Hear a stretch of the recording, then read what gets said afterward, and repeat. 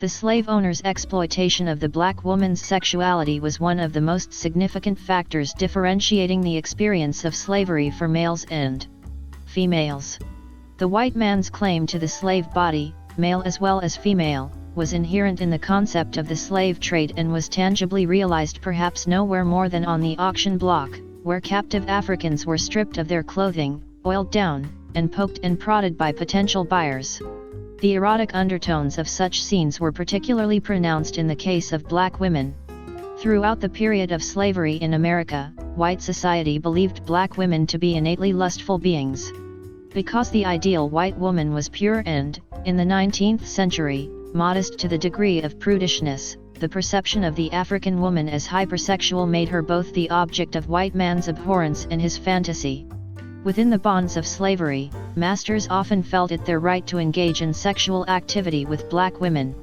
Sometimes, female slaves acquiesced to advances hoping that such relationships would increase the chances that they or their children would be liberated by the master.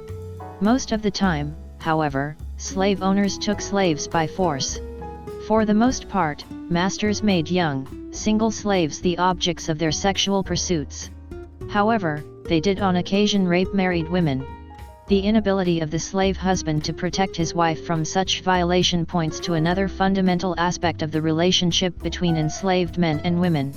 The paternalistic language of slavery, the restrictions of slave law, and the circumstances of slave life created a sense of parity between black wives and husbands. Masters' control over both spouses reduced the black male's potential for dominance over his wife. Married slaves, whose union was not legally recognized, held no joint property in common. What is more, labor segregation by sex and the frequency with which male slaves were sold meant women were not only left to raise their children alone, but also to rely on female friends and relations above husbands. In consequence, black slave women were autonomous in ways that white women could not be. Like the attention the master sometimes aimed at female slaves, the perceived freedoms of the black woman sometimes provoked the resentment of mistresses. At the same time, the agency conferred on female slaves also helped to reinforce the notion that they were inherently depraved. Whenever possible, black slave women manipulated their unique circumstances in the struggle for their personal dignity and that of their families.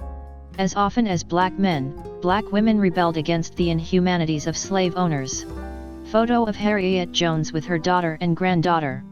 Like their ancestors and counterparts in Africa, most slave women took their motherhood seriously. They put their responsibilities for their children before their own safety and freedom, provided for children not their own, and gave love even to those babies born from violence. For their experience and knowledge as caregivers, elderly women were among the most revered slaves on southern plantations.